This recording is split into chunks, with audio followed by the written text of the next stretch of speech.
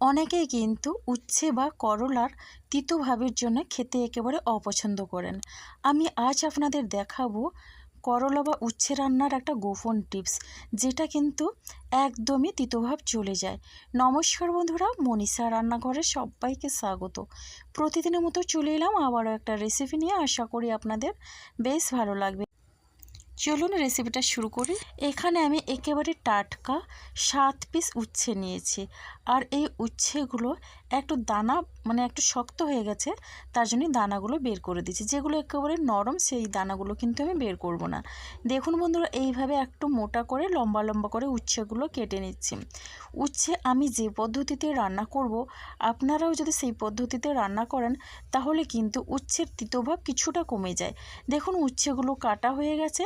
আর এখন আমি উচ্ছে ধুয়ে নেব। আর উচ্ছে আমি ধুয়ে নিয়েছি। এখন আমি উচ্ছের মধ্যে দিয়ে দিচ্ছি লবণ আর হলুদের গুঁড়ো। লবণ আর হলুদের গুঁড়ো দিয়ে বেশ ভালোভাবেই কিন্তু উচ্ছেটাকে মেখে নিতে হবে। এবার আমি এটা উচ্ছে আলুর সঙ্গে লবণ হলুদ মিশিয়ে নিয়ে এখন ঢাকনা দিয়ে আমি সাইড করে রেখেছি 10 মিনিটের জন্য। বন্ধুরা, এখানে আমি গ্যাসে কড়াই বসিয়ে দিয়েছি। তো 10 মিনিটের পরে কিন্তু আমি উচ্ছেটাকে ভেজে নেব। তো তার আগে আমি দেখুন এখানে আমি কয়েকটা বড়ি ভেজে নিচ্ছি। উচ্ছে আলুর রেসিপির জন্য এখানে বড়ি ভেজে নিয়ে রান্না করলে দারুণ লাগবে। তো বন্ধুরা, বড়ির পরিমাণটা একটু বেশি নিয়েছি আমি। তো আপনারা যেমন খাবেন সেই বুঝে নিয়ে নেবেন। আর এটা কিন্তু বিউলির ডালের বড়ি। বড়িটাকে আমি লাল করে ভেজে নেব। বড়িটা একটু লাল করে ভেজে নিলে কিন্তু ভীষণই ভালো লাগে খেতে। দেখুন বড়ি কিন্তু ভাজা হয়ে গেছে। আর এখন আমি বড়িটা তুলে নিলাম। এবার দেখুন ওই তেলের মধ্যে এখন আমি এখানে দিয়ে দিচ্ছি আরও সামান্য পরিমাণে সর্ষের তেল।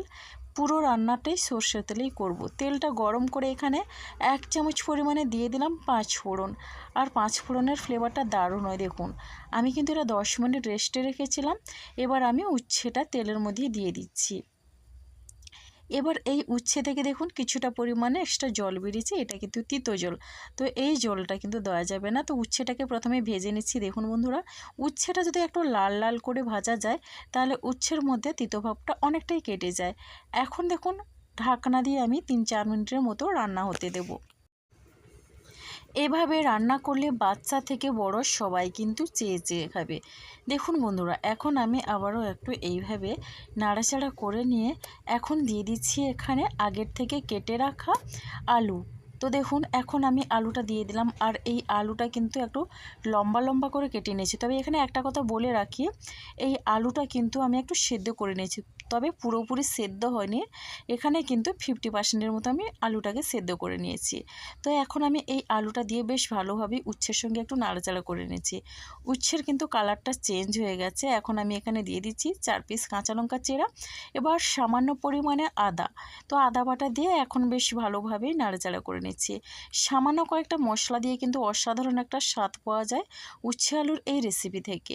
আর সম্পূর্ণ নিরামিষভাবে কিন্তু আমি এই রেসিপিটা তৈরি করছি। আপনারা যদি এখানে পেঁয়াজের ব্যবহার করতে চান তাহলে পেঁয়াজ দিতে পারেন।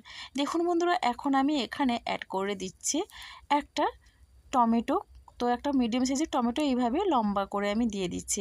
এবার আমি টমেটো দিয়ে বেশ ভালোভাবেই একটু নাড়াচাড়া করে নিচ্ছি উচ্ছে আলুর সঙ্গে। তো এখন আমি কিন্তু ঢাকনা দিয়ে রান্না হতে দেবো আরও 3 থেকে 4 মিনিটের মতো মিডিয়াম ফ্লেমে। এতে করে কিন্তু টমেটোটা অনেকটা নরম হয়ে যায়। আর দেখুন বন্ধুরা, সব কিছু কিন্তু খুব সুন্দরভাবেই এখানে রান্না হয়েছে। আলু, উচ্ছে, টমেটো সব কিছুই কিন্তু কালার চেঞ্জ হয়ে গেছে। আর টমেটো কিন্তু একেবারেই গলে গেছে। এইভাবে আলু আর উচ্ছে কিন্তু ভেজে রান্না করা যায়। তবে আপনারা চাইলে কিন্তু আলাদা করে উচ্ছে আলু ভেজে নিতে পারেন। আর এখানে আমি দিয়ে দিচ্ছি প্রয়োজন মতো হলুদের গুঁড়ো, 1 চামচ পরিমাণে জিরের গুঁড়ো। এবার আমি দিয়ে বেশ ভালোভাবে মিশিয়ে নিচ্ছি। বন্ধুরা, গরমে আর শরীরের যত্নে তিতো খাবার কিন্তু একেবারে অমৃতের মতো লাগে। তো একবার হলেও আপনারা এইভাবে ট্রাই করবেন আর দেখবেন ভীষণই সুন্দর লাগবে খেতে। তো দেখুন এখানে কিন্তু খুব সুন্দরভাবেই মশলাটা ভাজা হয়ে গেছে। এবার আমি রান্নার জন্য এখানে আমি জল দিয়ে দিচ্ছি। তো জলটা দিয়ে একটু বেশ ভালোভাবে মিশিয়ে নিলাম। এখানে কিন্তু ঝোলটা কিন্তু একেবারে বেশি থাকবে না, একটু মাখো মাখো থাকবে। তো দেখুন জলটা দিয়ে মিশিয়ে নেওয়ার পরে এখানে আমি দিয়ে দিচ্ছি বড়ি ভাজা। বন্ধুরা, আপনাদের একটা কথা বলে রাখি, আমি কিন্তু এখানে স্বাদ অনুসারে লবণ দিয়েছি। তো কোনো কারণে এডিটের জন্যে আমার কিন্তু ওটা একটু আউট হয়ে গেছে। তো যাই হোক, ক্ষমা চেয়ে নিচ্ছি। এখন কিন্তু আমি বড়িটা দিয়ে ঢাকনা দিয়ে 5 মিনিটের মতো মিডিয়াম ফ্লেমে আমি রান্না করে নেব। তো 5 মিনিট পরে দেখুন বন্ধুরা, ঝোলটা কিন্তু অনেকটা কমে গেছে আর বড়িগুলো কিন্তু ঝোলটা টেনে নিয়েছে। তো এখন আমি এইভাবে একটু মিশিয়ে নিচ্ছি। এখানে আমি একটু চেক করে নিচ্ছি আলু সেদ্ধ হয়েছে নাকি। মোটামুটি এখানে কিন্তু আলুটা আমার সেদ্ধ হয়ে গেছে।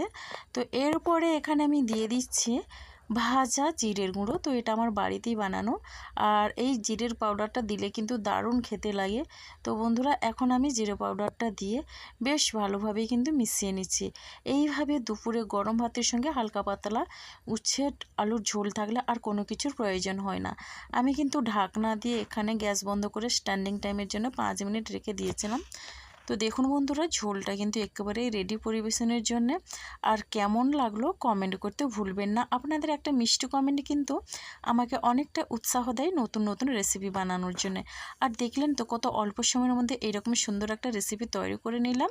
তো ভালো লাগলে লাইক, শেয়ার, কমেন্ট এবং সাবস্ক্রাইব করে আমার পাশে থাকবেন। আজকের রেসিপিটা আমার এই পর্যন্ত। আগামীকাল আসবো আবার একটা নতুন রেসিপি নিয়ে। আপনারা সবাই সুস্থ থাকুন, ভালো থাকুন। অসংখ্য ধন্যবাদ আর অনেক অনেক ভালোবাসা রইল।